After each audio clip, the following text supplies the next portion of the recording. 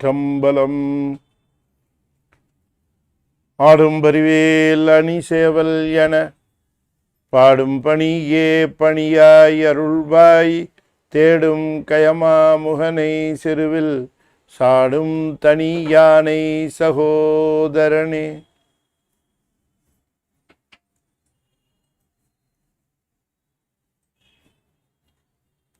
திருச்சிற்றம்பலம்.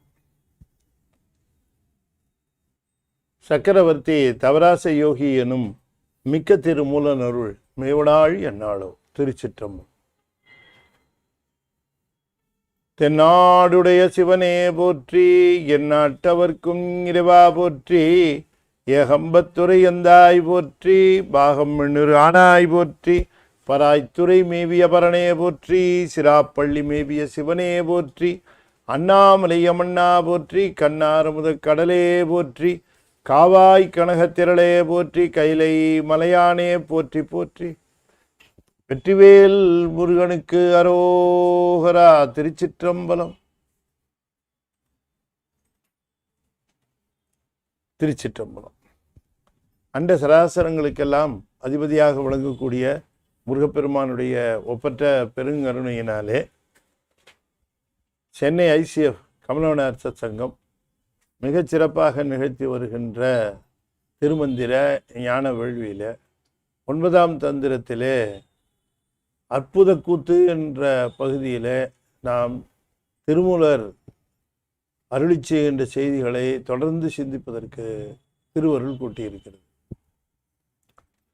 கூத்தின் வகைகளை எல்லாம் தொடர்ந்து விரித்து கொண்டே வந்த திருமூல தேவநாயனார் இந்த கூத்தின் அற்புதங்களை எல்லாம் தெளிவுபடுத்தும் விதமாகவும் தில்லைக்கூத்தினுடைய தனித்தன்மை வாய்ந்த சிறப்பினை வெளிப்படுத்துவதாகவும் கூத்துகளினாலே உயிர்களுக்கு சிவம் செய்கின்ற நலன்கள் பற்றியும் நமக்கு அவற்றை தெளிவாக தருகின்றார்.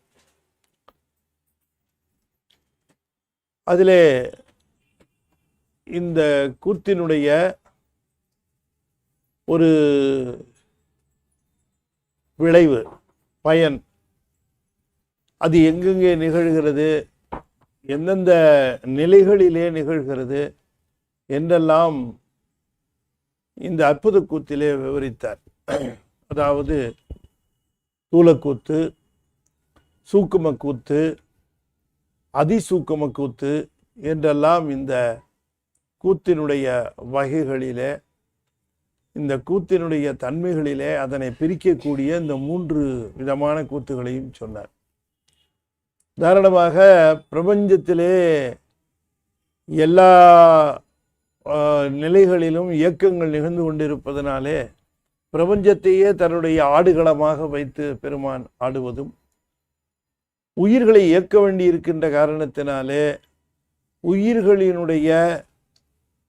உயிர்களுக்கு உயிர்களாக விளங்கி அதனையே தன்னுடைய ஆடுகளமாக கொண்டு அங்கே திருக்கூத்தை செய்வதும், பிறகு திருவருளையும் திரோபவத்தையும் தன்னுடைய ஆடுகளங்களாக கொண்டு திருக்கூத்துகளை இயற்றுவதுமாக, இப்படி எல்லா நிலைகளிலுமே அந்த இயக்கங்களுக்காக பெருமான் நிகழ்த்துகின்ற இந்த திருக்கூத்துகளை அவற்றினுடைய தன்மை நோக்கி அவற்றை தூலம், சூக்குமம், அதிசூக்குமம் என்றெல்லாம் நமக்கு காட்டுகின்றார். அப்படி காட்டின அந்த திருக்கூத்துகளிலே அந்த திருக்கூத்தினாலே அந்த திருக்கூத்தினுடைய முக்கியமான ஒரு பயன் என்ன என்பதையும் அவர் விவரித்தார். திருக்கூத்து என்பது உயிர்களினுடைய மலத்தை போக்குவதற்காக ஐந்தொழில் புரிகின்ற கூத்து தான் நமக்கு ஒரு பிரபலமான அல்லது எல்லோரும் அறிந்த கூத்து. அதனால அது ஐந்தொழில் கூத்து என்றே சொல்லுவோம். ஐந்தொழில் கூத்து என்பது உயிருக்கு அந்த மாயை என்று சொல்லக்கூடியவற்றில் இந்த கருவிகரணங்களை தந்து, அந்த கருவிகரணங்களை கொண்டு உயிர்கள் தம்முடைய விருப்பு வெறுப்புக்கு ஏற்றவாறு செய்கின்ற கண்மங்களை, அதனுடைய பயனை அந்தந்த உயிருக்கு அந்தந்த காலத்திலே அந்தந்த நிலையிலே ஊட்டி உயிரினுடைய பக்குவத்தை முதிரச் செய்து கொண்டே வருவது ஐந்தொழில் கூத்து. எனவே அறிவினுடைய அந்த மலத்தை, அறிவில் படிந்திருக்கக்கூடிய அந்த தூய்மையின்மையை நீக்குவதுதான் ஐந்தொழில் கூத்து. அவ்வாறு தூய்மையின்மையை நீக்கிய பிறகு அந்த அறிவிலே ஆனந்தம் விளையுமாறு செய்வதும் ஆனந்த கூத்து. எனவே ஐந்தொழில் கூத்து, ஆனந்த கூத்து என்று சொல்லக்கூடிய இந்த திருக்கூத்துகளை எல்லாம் தெளிவாக விவரித்த பெருமானார் ஒரு அரிய செய்தியை இந்த இடத்திலே இந்த திருக்கூத்தினுடைய தன்மையிலே குறிப்பிடுகின்றார். வழிபாட்டிலே திருக்கூத்து வழிபாடு என்பது மிக மிக முக்கிய அங்கம் என்பதையும், இன்னும் சொல்ல போனால் தில்லையம்பல கூத்தனை வழிபடுவதையே பிரதான வழிபாடாக கொண்டு நிற்கிற அருளாளர்களை எல்லாம் பெரிய புராணத்தில் பறக்க அறிமுகப்படுத்தி காட்டுகிறார். அவர்கள் ஆடும் கடலே பொருள் என்று வாழ்ந்தவர்கள் என்று குறிப்பிடுவார். அவர்களுக்கு வேற தெய்வ வழிபாடு இதுதான் ஒரே வழிபாடு, தில்லைக்கூத்தனுடைய வழிபாடு. காரணம், தில்லைக்கூத்தன் மட்டுமே அந்த ஆனந்தத்தை வழங்குவான். அந்த ஆனந்தம் என்பது அவரிடமிருந்தே பெற வேண்டிய ஒன்று என்கின்ற அந்த நிலையில இந்த தில்லைக்கூத்தனுடைய அந்த கூத்தின் அனுபவத்தை இன்னும் ஒரு சிறக்க கூறுகின்ற ஒரு பாடலை நாம் இப்ப பார்க்க இருக்கிறோம். திண்டாடி வீழ்கை சிவானந்தமாவது, உண்டார்க்கு உணவு உண்டால் உன்மத்தம் சித்திக்கும், கொண்டாடும் மன்றுள் குணிக்கும் திருக்கூத்து, கண்டார் வரும் குணம் கேட்டார்க்கும் ஒக்குமே. திண்டாடி வீழ்கை சிவானந்தமாவது, ஒருவர் சிவானந்தத்திலே திளைத்திருக்கிறார் என்பது எப்படி தெரிந்து கொள்வது அப்படின்னாரு. அதுக்கு ஒரு அடையாளம் சொல்றாரு நம்முடைய திருமூல தேவனார். கொஞ்சம் கவனமா கேட்கணும். அந்த அடையாளத்தை அவர் சொல்லுகிறார். எப்படின்னு சொல்லுகிறார். சிவானந்தம் அடைந்த அந்த ஆன்மாக்கள், சிவானந்தம் அடைந்தது, சிவானந்தத்தை தூய்த்தவர்கள், அவர்கள் எவ்வாறு இருப்பார்கள் என்று கேட்கிற பொழுது அதனுடைய புற வெளிப்பாடாக, புறத்தே நாம் அறிந்து கொள்ளும் விதமாக என்ன மெய்ப்பாடு இருக்கும்? அவர்கள் ஆனந்தத்தை அனுபவித்து அப்படியே அமர்ந்திருப்பார்களா? அவர்கள் தியானத்தில் இருக்கிறார்களா? சமாதி நிலையில் இருக்கிறார்களா? அல்லது அவர்கள் ஆனந்த நிலையில் இருக்கிறார்களா என்றெல்லாம் நமக்கு தெரிய வாய்ப்பு இல்லை. சிவானந்த நிலையை முழுவதுமாக தோய்ந்து அதனை அனுபவித்து கொண்டு அதில் திளைத்திருக்கிறவர்கள் எப்படின்னா, அவர்கள் நிற்கக்கூட ஆற்றல் இல்லாமல் கீழே கீழே விழுவார்கள்னார். திண்டாடி வீழ்கைனார். அப்போ எவ்வளோ டேஞ்சர் பாருங்க. நம்மால் அதை பார்த்தா உடனே என்ன சொல்லிடுவான்? அப்போ அந்த வேற்றுமை தெரியணும்.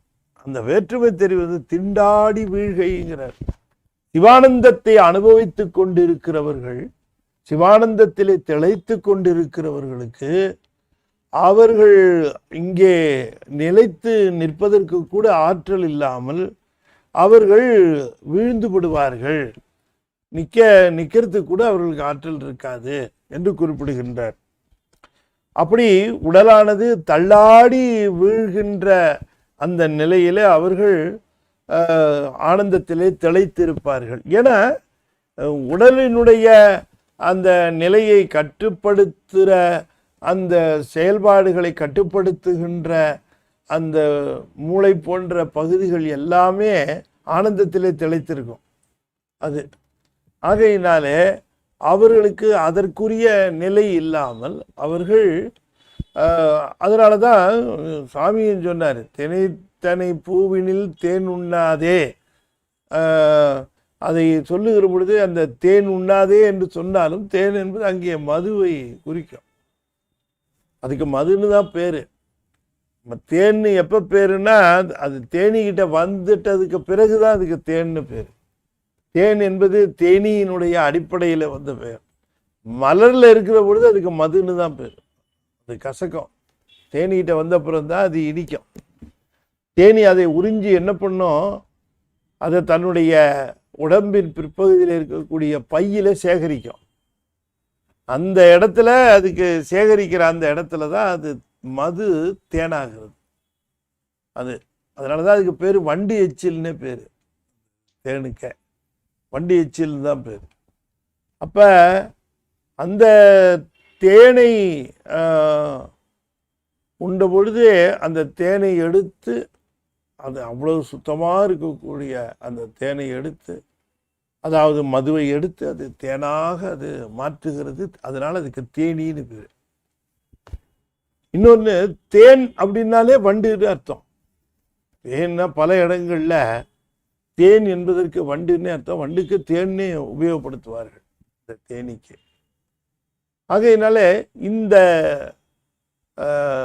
பல இடங்களில் சில மலர்களிலே இருக்கக்கூடிய மதுவானது ரொம்ப ஸ்ட்ராங்காக இருக்கிறதுனால அதை உறிஞ்சிய தேனி தள்ளாடி சுற்றும் என்று புலவர்கள் எழுதுவார்கள். இதெல்லாம் என்ன காரணம் என்று சொன்னால், இந்த சிவானந்த தேனை பருகியவர்கள், சிவானந்தத்தினுடைய தேனை பருகியவர்கள், அவர்கள் திண்டாடி வீழ்க.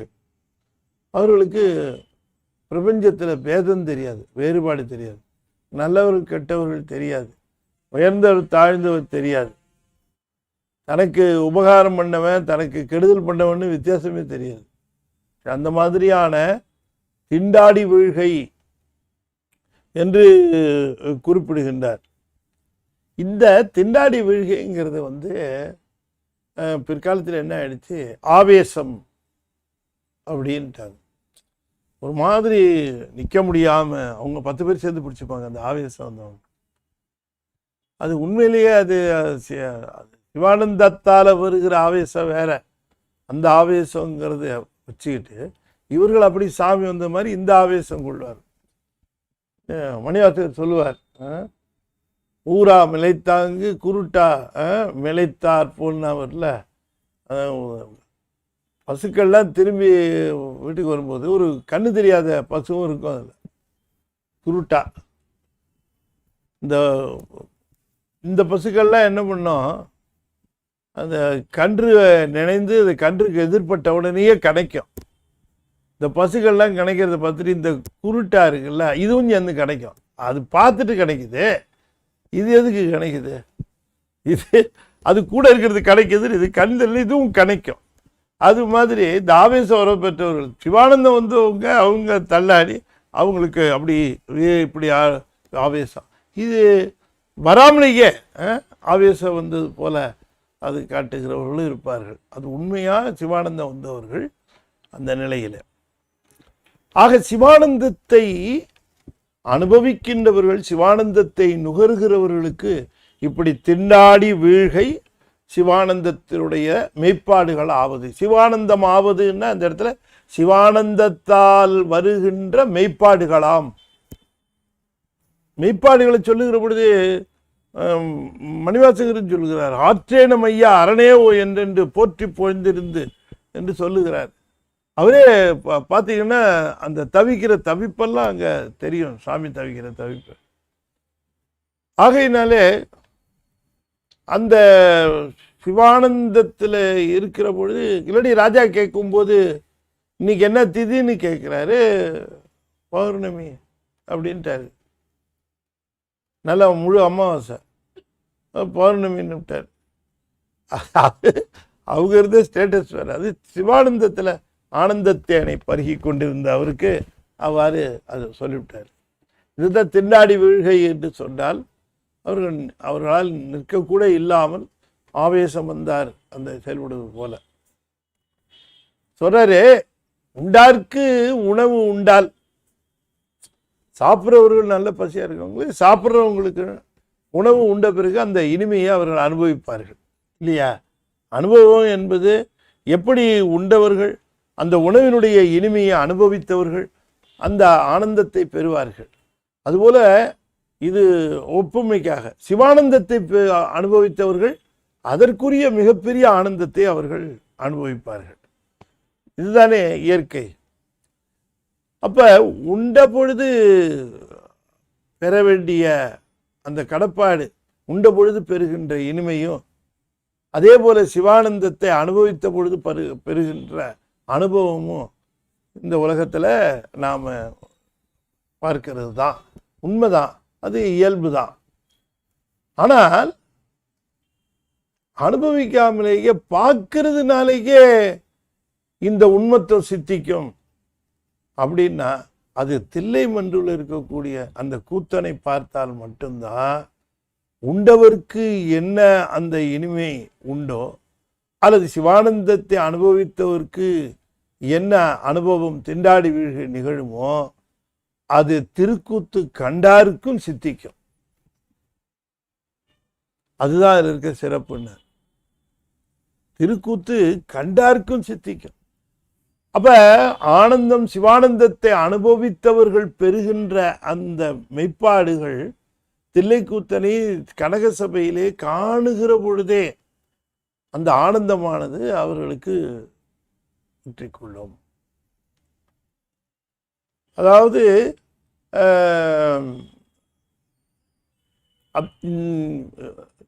இதுல சொல்லுகிற பொழுது, ராமாயணத்துல சொல்லுகிற பொழுது, அந்த சீதையை அவன் கவர்ந்து கொண்டு போகிற பொழுது அவள் தன்னிடம் வைத்திருந்த ஆபரணங்களை கீழே போட்டாள். அதனை எடுத்து அடையாளம் காட்டினார்கள் அந்த குரக்கர்கள். அதை பார்த்த உடனேயே அவருக்கு, ராமருக்கு, சீதையை கண்டால் என்ன அந்த உணர்வு தோன்றுமோ அது வந்தது அந்த நகைகளை பார்த்த உடனேங்கிற. இது இந்த இயல்பு புரிந்து கொள்வதற்காக. அதே போல அந்த திருக்கூத்தை பார்க்கிற பொழுதே கண்டார்க்கும் அந்த ஆனந்தத்தை அது விளைவிக்கும் என்று சொல்லுகிற பொழுது சொல்லனாத காதல் பூண்டவர்க்கே அவ்வாறு விளைவிக்கும். அதனால சொல்லுகிறார், உண்டார்க்கு உடவு உண்டால் உண்மத்தம் சித்திக்கும், கொண்டாடும் மன்றுள். எல்லோரும் கொண்டாடுகின்ற புகழ் உடையது இந்த மன்று, கொண்டாடும் மன்று. எல்லா உயிர்களும் வந்து கூடுகிற மன்று, அதனால பொது.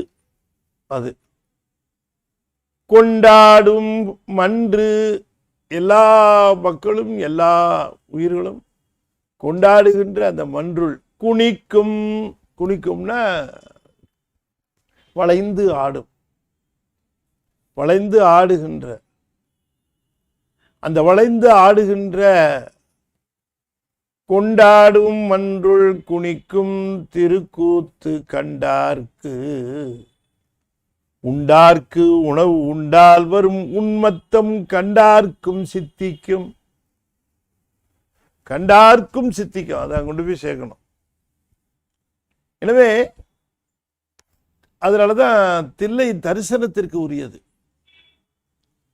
அந்த தரிசனம் என்று சொல்லக்கூடியது இருக்கிறதே, அந்த திருக்காட்சி, அந்த தரிசனம், அது சொல்லனாத சிவத்தின் மேல் அன்பு பூண்டவர்களுக்கு, அந்த அன்பு பூண்டவர்களுக்கு ஈசன் தருகின்ற, சிவம் தருகின்ற பரிசாக விளங்குகிறது அந்த திருக்கூத்து. இந்த கூத்து என்பது அன்புடையாருக்கு தரும் பரிசு. இந்த பரிசு எப்படின்னு கேட்டா, எப்படி பரிசு தருவாருன்னா இந்த ஆனந்தத்தை விளைவிப்பார். ஒன்றி இருந்து நினைமின்கள் உந்தமக்கு உணமில்லை, கண்டிய காலனை காலால் கடிந்தான் அடியவர்க்காக சென்று தொழுமின்கள், சிற்றம்பலத்துள் நட்டம் சென்று தொழுமின்கள், நட்டம் சென்று தொழுமின்கள், சிற்றம்பலத்துள் நட்டம் சென்று தொழுமின்கள். சிற்றம்பலத்திலே ஆடுகிற அந்த நடனத்தை சென்று தொழுங்கள். அதை போய் தொழுதுட்டு வா, தொழுதுட்டு வா. உந்தமக்கு ஊனம் இல்லைன்னு. ஊனம் என்ன? துன்பம்தான். உந்தமக்கு ஊனமில்லை, கன்றிய காலனை காலால் கடிந்தான் அடியவர்க்காக சென்று சென்று தொழுமின்கள், சென்று தொழுமின்கள் என்று அந்த தலத்திற்கு செல்ல வேண்டிய அவசியத்தை வலியுறுத்துகிறார். சென்று தொழுமின்கள், சிற்றம்பலத்துள் நட்டம் சென்று தொழுமின்கள், என்று வந்தாய் என்னும் எம்பெருமான் தன் திருக்குறிப்பே என்று தனக்கு ஏற்பட்ட அந்த அனுபவத்தை குறிப்பிடுகிறார். அப்ப சிவானந்தத்தை பெற்றவர்களுடைய மெய்ப்பாடு, சிவானந்தத்தை பெற்றவர்களுடைய மெய்ப்பாடு, சிவானந்தத்தை அனுபவித்தவர்களுடைய மெய்ப்பாடு, அது திண்டாடி வீழ்கை. நிலை பெறாமல் இருப்பதற்கு திண்டாடி வீழ்கை என்று, அது சிவானந்தம் பெற்றவர்களுக்கு. இங்க தில்லையில அந்த திருக்கூத்தை காண்பவர்களுக்கோ அந்த திண்டாடி வீழ்கை நிகழும்.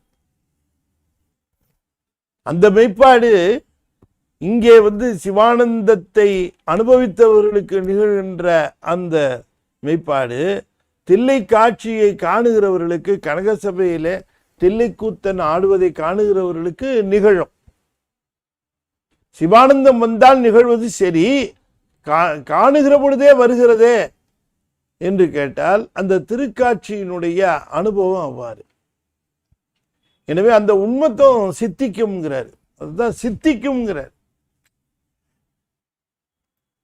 கிடைக்கும்னு சொல்லல, சித்திக்கும்ங்கிறார். கிடைக்கும் அப்படின்னு சொன்னா தகுதி நோக்கி கிடைக்கும். சித்திக்கும் என்று சொன்னால் இறைவன் அதனை அவர்கள் அடைமாறு செய்வார். மன்றுள் குனிக்கும் திருக்கூத்து கண்டார். எந்த மன்றுள்? கொண்டாடு மன்றுள், புகழ்மிக்கதாக கொண்டாடப் பெறுகின்ற அந்த மன்றிலே குனிந்து ஆடும் திருக்கூத்தை கண்டார்க்கு உன்மத்தம் சித்திக்கும், திண்டாடி வீழ்கை சித்திக்கும் அவர்களுக்கு.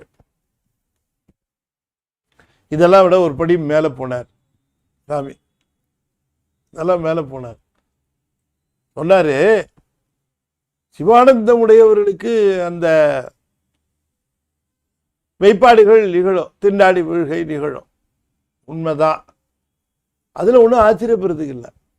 ஆனா ஆச்சரியம் என்னன்னு கேட்டா, இந்த தில்லைக்கூத்தனுடைய கூத்தை காணுகிறவர்களுக்கு அவரு அந்த ஆனந்தத்தை வழங்கி விடுகிறார். அப்படி ஆனந்தத்தை வழங்குகிற பொழுது அவர்களுக்கு என்ன ஆகிறது? திண்டாடி போன்ற மெய்ப்பாடுகள் தானாக நிகழ்கின்றன. அங்கே அந்த காட்சியை காணுகிறவர்களுக்கு இதாவது பரவாயில்லையா, இன்னும் ஒரு படி மேல போய் அப்படி அந்த திருக்காட்சியை தில்லையிலே சென்று பார்த்தேன், எனக்கு அந்த அனுபவம் வந்தது என்று சொன்னதை கேட்கிற பொழுதே கேட்டவர்களுக்கு பல பேருக்கு இப்படி திண்டாடி வீழ்கையான மெய்ப்பாடுகள் நிகழ்ந்திருக்கின்றனர். பார்க்க கூட வேணாமா, நான் தில்லைக்கூத்தனை பார்த்து விட்டு வந்தேன், அங்கே எனக்கு இப்படி மெய்ப்பாடுகள் நிகழ்ந்தனன்னு சொல்ல கேட்டார்க்கும் ஒக்குமேன, கேட்டார்க்கும் ஒக்குமேனா இந்த மாதிரியான மெய்ப்பாடுகள் அடைந்தவர்கள் தாம் பெற்று அதனால தான் அருளாளர்கள் பாடுகிறார்கள். நமக்கு அருளாளர்கள் பாடுகிற பொழுது அதை கேட்டாலே என்று வந்தாய் என்னும் எம்பெருமான் தன் திருக்குறிப்பே என்று சொல்லுகிற பொழுதே நமக்கு அப்படி அவர்கள் பெறுகின்ற அனுபவத்தை நாமும் பெறுகின்றவாறு திருவாரூர் போயிட்டு திருவாரூர்ல தாம் பெற்ற இன்பத்தை எல்லாம் அப்பர் சுவாமி விவரிக்கிறார். அதை கேட்டார் யாரு? நம்ம சாமி ஞானசம்பந்தர் கேட்டார். அவர் உண்மையான முதல்ல போட்ட பயணத்திட்டம் என்னன்னு கேட்டா, அப்பர் சுவாமிகளோடு அப்படியே கிளம்பி தலைப்பயணம் போல்தான். இவர் அதுக்காகத்தான் வந்தார் புகழூருக்க. அப்படி சரி அப்பர் சாமிகளோட சந்திச்சா, அப்பர் சாமி அப்போதான் திருவாரூர் போயிட்டு வந்திருக்காரு. எங்கே சாமி போயிட்டு வந்தீங்கன்னாரு. திருவாரூர் போயிட்டு வந்தேன்னு எல்லா விவரத்தையும் சொன்னார். கேட்ட உடனே இவர் கேட்டாருக்கும் ஒக்கும், கண்டாருக்கு என்ன அனுபவமோ கேட்டாருக்கும் ஒக்கும். அவர் உடனே திருவாரூர் போயிட்டு வந்துடுறாரு, கொஞ்சம் இங்கே இருக்க வந்துடுறேன் கிளம்பி போனார். அதுதான் இப்போ கேட்டாருக்கு ஒக்கும் அப்படின்னு சொன்னா, கண்டாருக்கு அந்த அனுபவங்கள் உண்மையிலேயே நிகழ்ந்திருக்கணும். அப்படி அனுபவங்கள் நிகழ்ந்து கண்டவர்கள் சொல்லுகிற பொழுது கேட்கிறவர்களுக்கு அது நிகழும். அதான் ஒக்குமேன்னாரு. ஒக்குமேன்னா அதை பத்தி ஒண்ணுமே தெரியாதவன்ட்ட நான் சொன்னேன்னா அவனுக்கு என்ன வரும் இல்லையா? ஆஃபீஸில் வந்து 2 நாளாக லீவு. உடனே மேனேஜர் கூப்பிட்றாரு, எங்கேயா போனேன்? 2 நாள் லீவு. எங்கே போனேன்? சிதம்பரம் போய். சிதம்பரம் போய் என்ன 2 நாள் என்ன சிதம்பரம்? இங்கே இருக்கிற சிதம்பரத்து 2 இல்லை சார், அங்கே கோயிலில் விசேஷம், நடராஜர் தரிசனம். என்ன நடராஜர் தரிசனம்னா? சாமி தானே, பார்த்துட்டு உடனே வர வேண்டியது தானே. அங்கேயே நின்றுட்டு என்னையா வேலை? இப்போ ஆஃபீஸில் வேலை இல்லை, அங்கேயே நின்றுட்டு சுண்டெல்லாம் வாங்கி சாப்பிட்டு இருந்தியா அப்படின்னு இல்லைங்கய்யா. என்ன அருமையான தரிசனங்கிறீங்க. அவருடைய ஊண்டிய திருவடியை சொல்றதா, தூக்கிய திருவடியை சொல்றதா, வீசிய கையை சொல்றதா, அபய கரத்தை சொல்றதா, என்ன சொல்றது? அவர் அந்த குனித்த புருவம், கோவை செவ்வாயில் குமிழ் சிரிப்பு. யோ, ஏன்னா சொல்றதெல்லாம் பார்க்கறதுக்கு 2 நிமிஷம் ஆகுமாயா? பார்த்துட்டு வந்தமான்னு இல்லாமல் அதுக்கு போய் 2 நாள் லீவு போட்டிருக்கிற நீங்க. சரி சரி போப்போ அப்படின்ட்டு இவன்ட்ட ஏயா போய் சொன்னோன்னு இருக்கும். இதே போய் உட்கார்ந்து இருக்கும்போது நண்பர் ஒருத்தர் வந்து, எங்கேயா 2 நாளாக காணும்? சிதம்பரம் பேர். மேனேஜர் தேடிக்கிட்டே இருந்தார். சிதம்பரம் போய் என்ன? அங்கே நடராஜரோட. அடடா, உனக்கு பாக்கியங்க ஐயா, நீ பார்த்த, நான் பாரியா பாவி, சொல்லியா என்னங்க அப்படின்னு அவங்ககிட்ட சொன்னா பிரயோஜனம், மேனேஜர்கிட்ட சொல்லி என்ன பிரயோஜனம்? உங்களுக்கு புரியுதுங்களா? அப்ப கேட்டார்க்கும் ஒக்குமேனாரு, ஒத்து கேட்பார்க்கும் அது அந்த நிகழ்வுகள் எல்லாம் நிகழும் என்று குறிப்பிடுகின்றார். அப்ப கேட்ட பொழுதே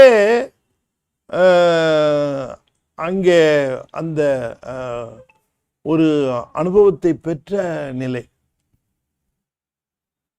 அந்த ஆனந்தத்தை பெற்ற நிலை.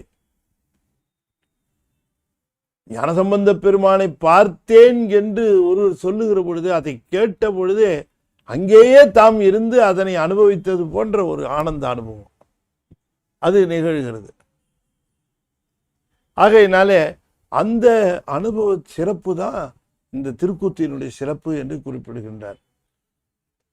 திண்டாடி வீழ்கை சிவானந்தம் ஆவது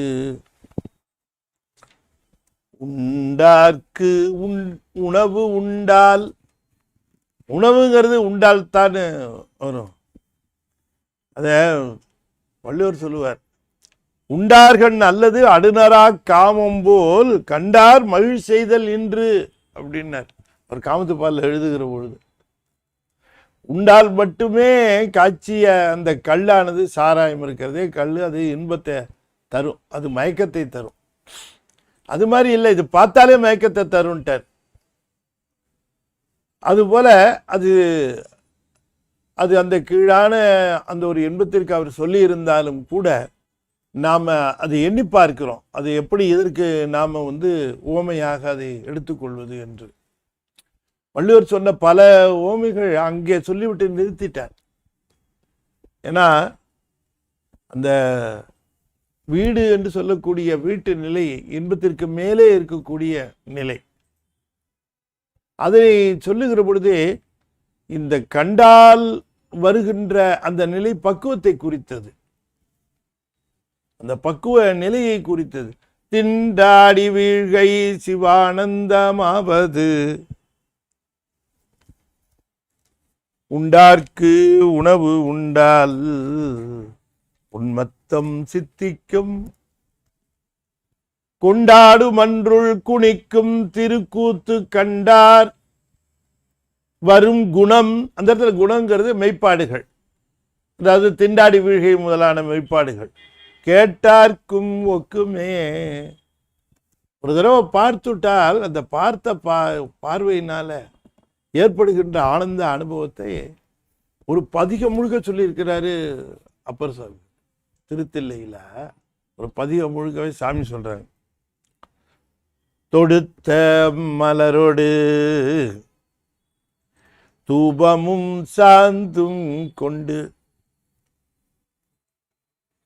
எப்பொழுதும் அடுத்து வணங்கும் அயனொடு மாலுக்கும் காண்பறியான் தொடுத்த மலரொடு தூபமும் சாந்தும் கொண்டு எப்பொழுதும் அடுத்து வணங்கும் அயனொடு மாலுக்கும் காண்பறியான் பொடி கொண்டு அணிந்து பொன்னாகிய தில்லை சிற்றம்பலவன் உடுத்த துகில் கண்ட கண் கொண்டு மற்ற இனி காண்பது என்ன தொடுத்த மலரொடு தூபமும் சாந்தும் கொண்டு எப்பொழுதும் அடுத்து வணங்கும் அயனொடு மாலுக்கும் காண்பறியான்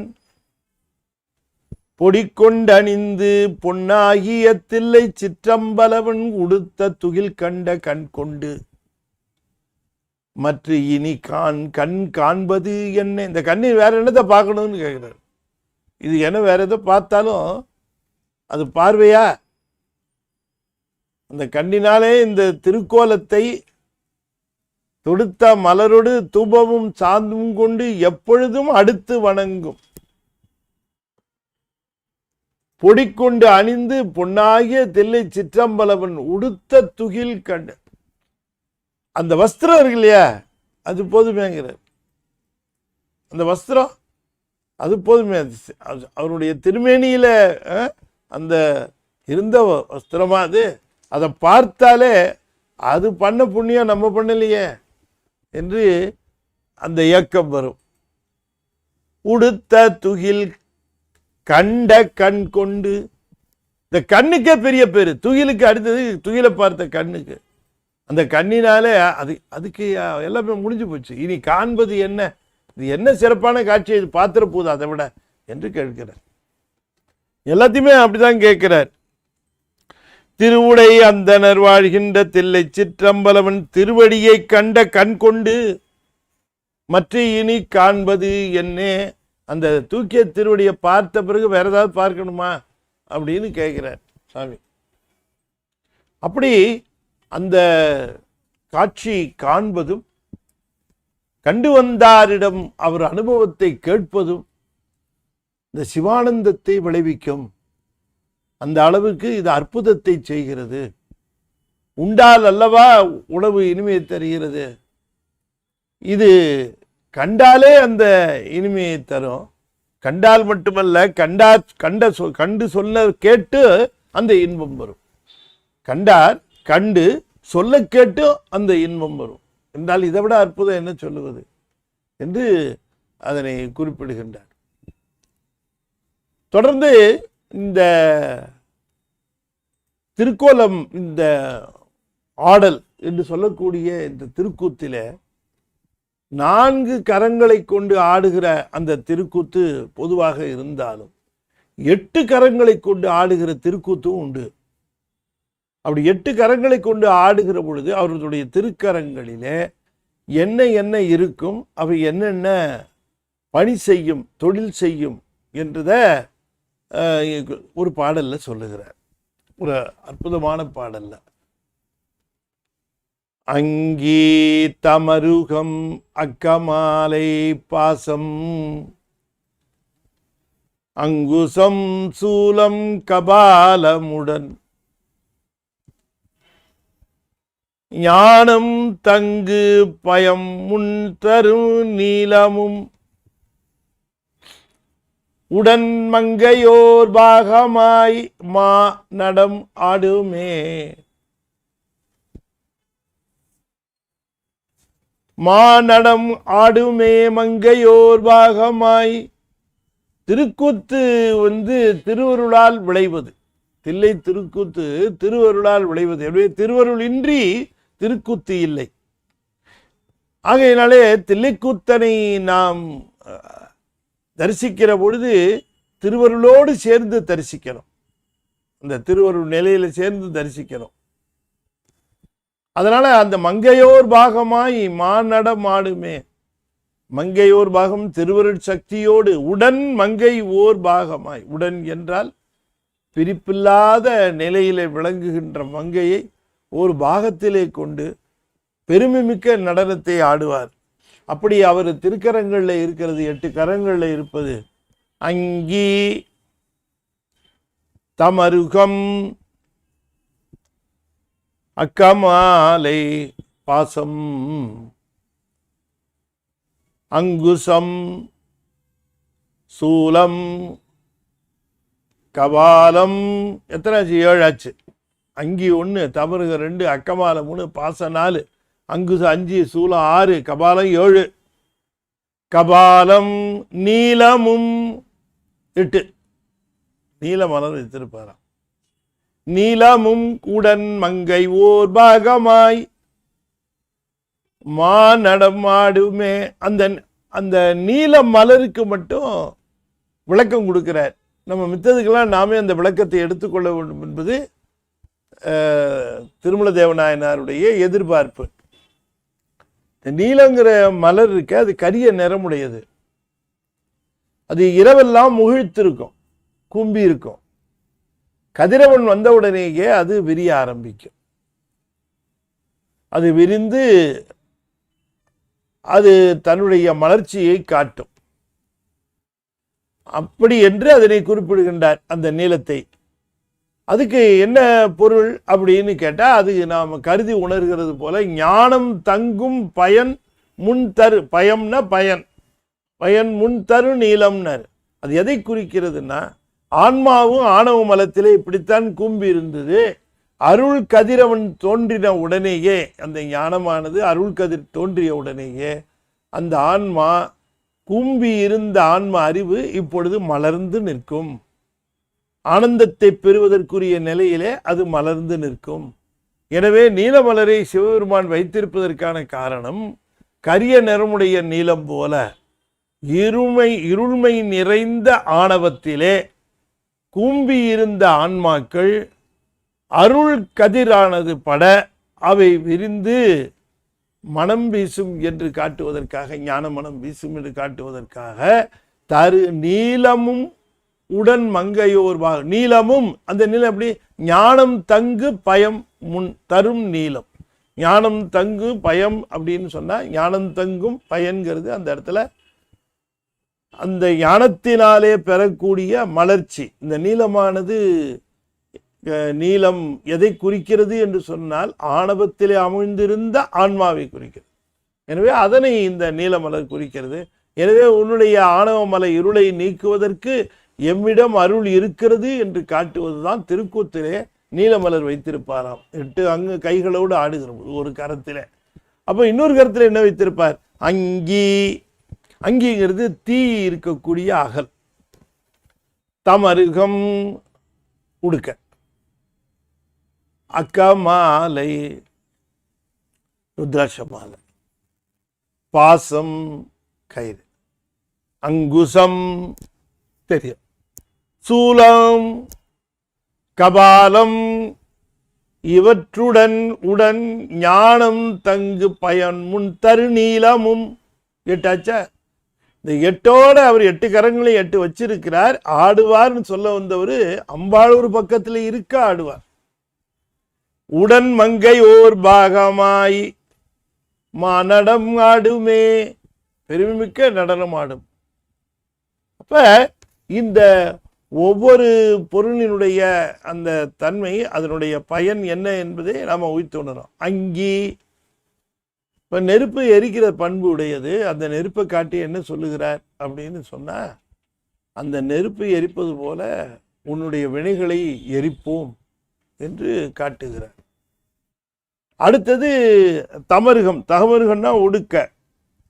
அதிலிருந்து ஒலி பிறக்கும். ஒலியை வைத்து கொண்டு தான் நாதத்திலிருந்து படைப்பு ஆரம்பிக்கிறது. எனவே படைப்பு தொழிலை யாம் செய்கின்றோம் என்பதை குறிக்கிறாராம். அக்கமாலை, குருவாக வந்து உபதேசம் செய்கின்றோம் என்று குறிப்பதற்குத்தான் இந்த அக்கமாலை. அக்கமாலை என்று சொன்னா ருத்ராட்ச மாலை. அந்த ருத்ராட்ச மாலை என்பது ஞான உபதேசத்தை குறிப்பது. குருவாக வந்து ஞான உபதேசம் செய்வதை குறிப்பது. பல்வேறு உபதேசங்கள் நாம் கேட்டுக்கொண்டு வருகிறோம். சிறுபோதிலிருந்து நமக்கு அறிவுரை வழங்குகிறவர்கள் எல்லோரும் உபதேசங்களை செய்து கொண்டே வருகிறார்கள். ஆனால் குருநாதர் உயிருக்கு ஞான உபதேசம் செய்வார். அதுதான் அந்த உபதேசத்தினுடைய உச்சம். அது உயிருக்கு செய்யப்படுகின்ற அந்த உபதேசம்.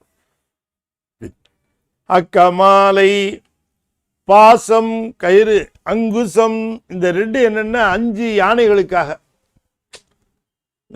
பாசங்கிறது சங்கிலியை போட்டு பிணித்து அங்குசத்தால் நிறுத்துறது யானைகளைத்தானே. 5 யானை. எது?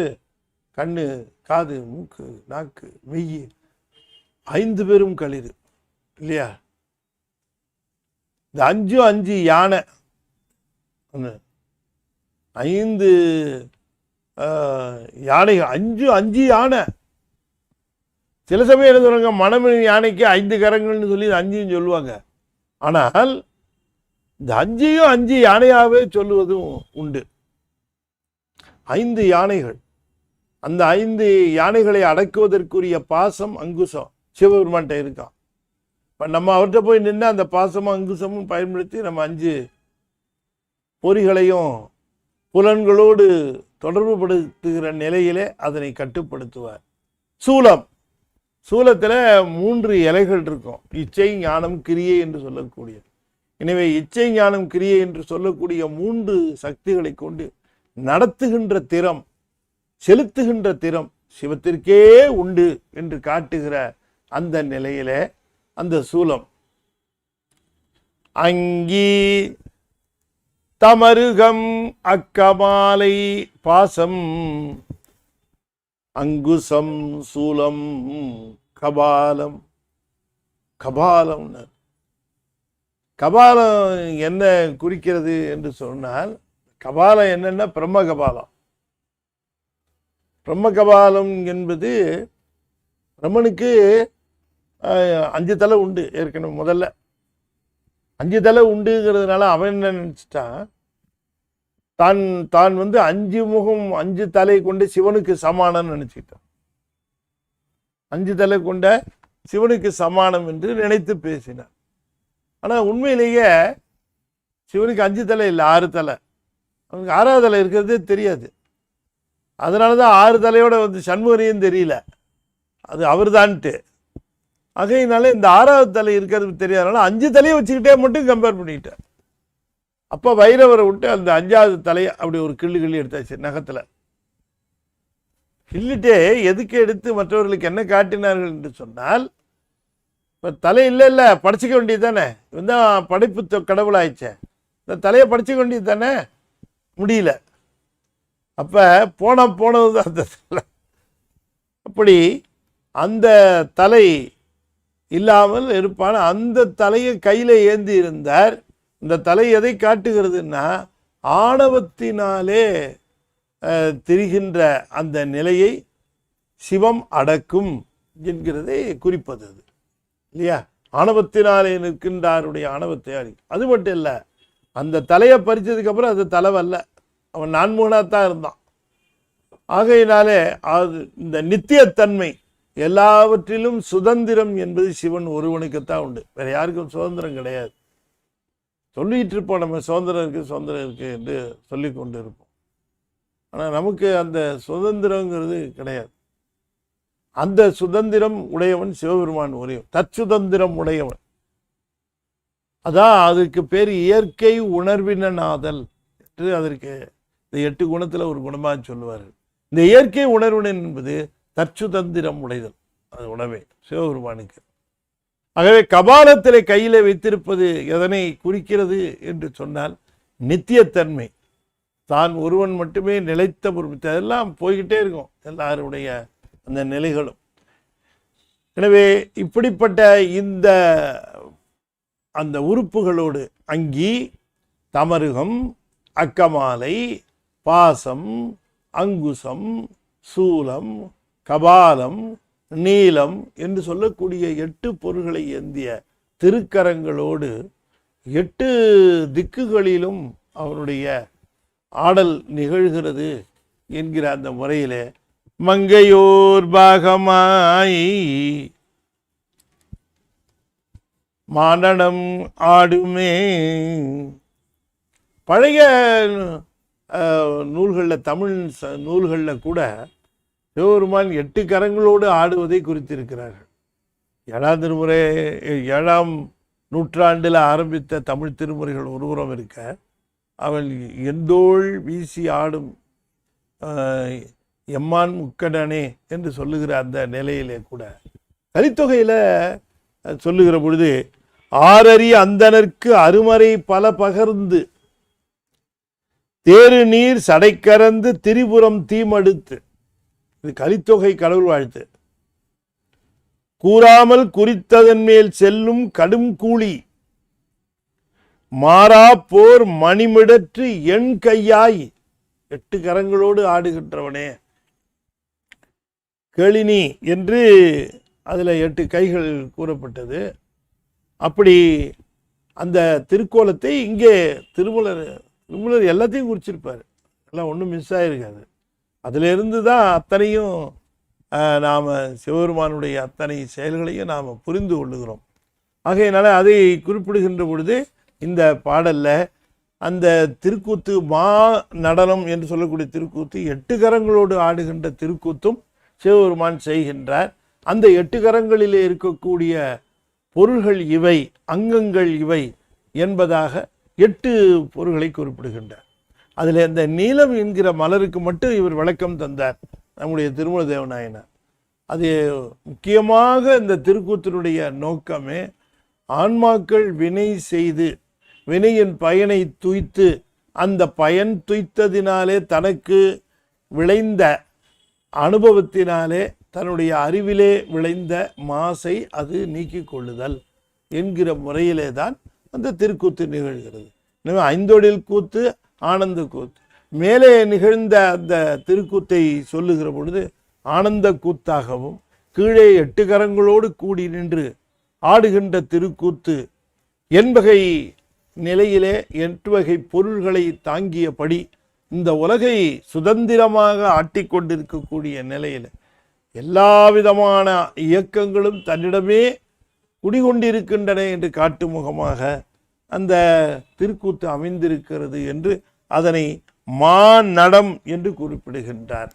மங்கை ஓர் பாகமாய் மாநடம் ஆடுமே அங்கி தமருகம் அக்கமாலை பாசம் அங்குசம் சூலம் கபாலமுடன். இந்த ஆயுதங்களில் பல்வேறு விதமான ஆயுதங்கள் இருந்தாலும் ஒரு கைகளில் இருக்கக்கூடியது. ஒரு புலவர் பாடுறார், அப்படித்தான். இவர் கையில் நிறைய வச்சுருக்காரு, ஆயுதமாக வச்சுருக்காரு. ஒன்றுத்தையும் யூஸ் பண்ணுறதே கிடையாது. இவர் எதுக்கு இந்த ஆயுதம்லாம் வச்சிட்ருக்கிறாரு? அதை பிரயோகப்படுத்தணும். இவர் எல்லாத்தையும் நினச்சே பண்ணிவிடுறாரு. இவர் சங்கல்பிச்சா அது நடக்குது. அப்புறம் என்னதுக்கு இவர் கையில் ஒரு ஆயுதம் வச்சுக்கிட்டு இல்லையா? ரொம்ப பெரிய செல்வந்தர் பர்ஸ் எடுத்துகிட்டு போக மாட்டார். செல்வந்தர், ரொம்ப பெரிய செல்வந்தர்னா அவர் பர்ஸ் எடுத்துகிட்டு போகும். பெரிய செல்வந்தர் என்ன, பெரிய பதவியில் இருக்கவங்களாம் வச்சுக்கங்களேன், அவங்களாம் பர்ஸ் எடுத்துகிட்டு போக மாட்டாங்க. அப்படி எதையாவது பார்த்துட்டு இப்படி பார்த்தாங்கன்னா அவங்க போய் வாங்கிட்டு வந்துடுவாங்க. இப்படி எதையாவது பார்த்தா அவன் போய் அதை போய் வாங்கிட்டு வந்துடுவான். எதுக்கு காசு இல்லையா? பணம் வாங்கிறதுக்கு தான் பணம். எதுவுமே வாங்க வேண்டியதில்லை, எல்லாமே பார்த்தாலே வருதுங்கும்போது அவங்க பணம் வச்சுக்கணுமா, கிரெடிட் கார்டு வச்சுக்கணுமா, டெபிட் கார்டு வச்சுக்கணுமா, இவங்களுக்காக எல்லாரும் வச்சுருப்பாங்க. அந்த மாதிரி சிவபெருமான் அவர் என்ன நினைக்கிறாரோ அது நிகழும், சங்கல்பிச்சா நிகழும் அப்படின்னு அவர் சொன்னார். அதைத்தான் இங்கேயும் அவரிடம் இருக்கக்கூடிய பொருள்கள் எல்லாமே அவர் பயன்படுத்துகிறார் என்று நினைத்து விடுகிறார். அவையெல்லாம் குறியீடுகள்.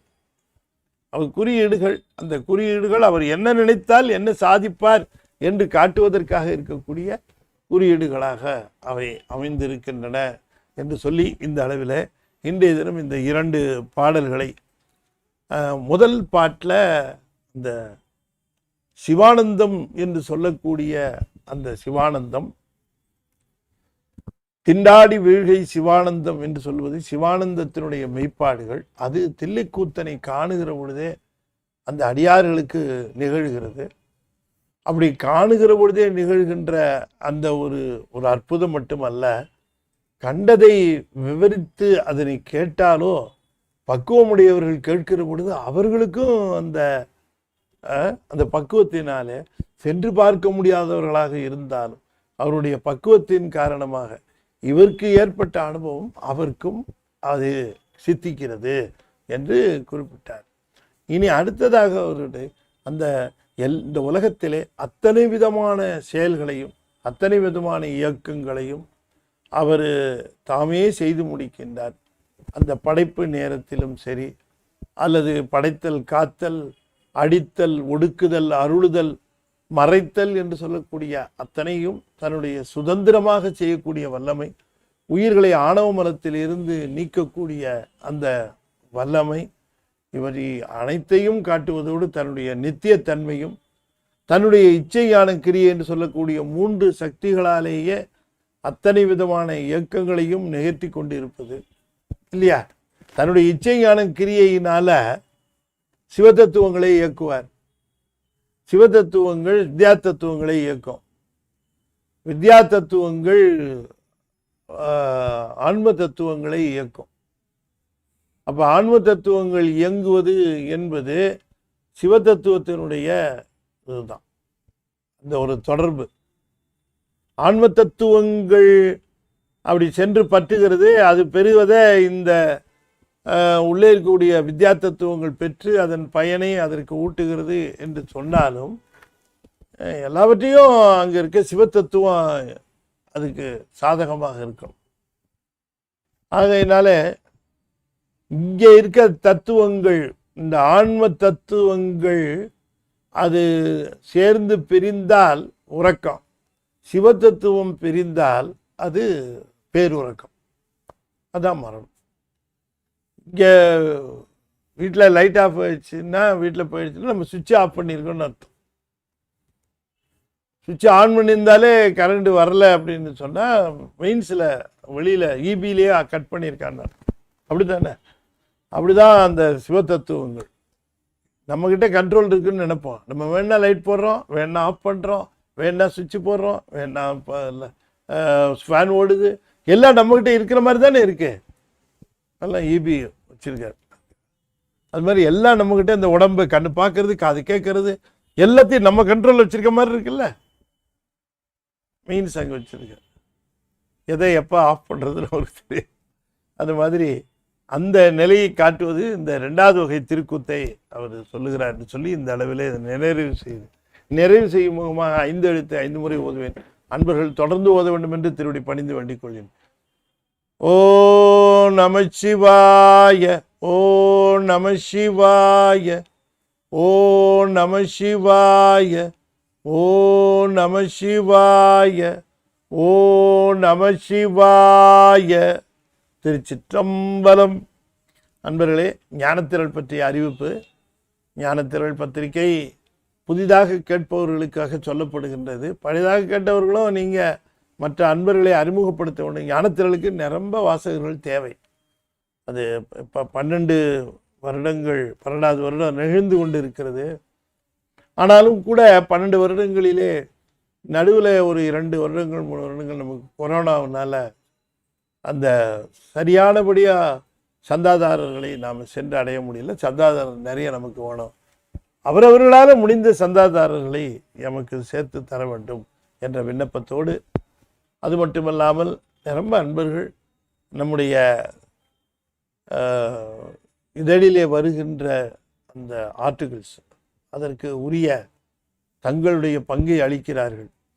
நீங்களும் அளிக்கலாம். அது பெரிய மகிழ்ச்சிக்குரிய செய்தி. அவர்களெல்லாம் பெருமானுடைய பெருங்கருணைக்கு பாத்திரர் ஆவார்கள்.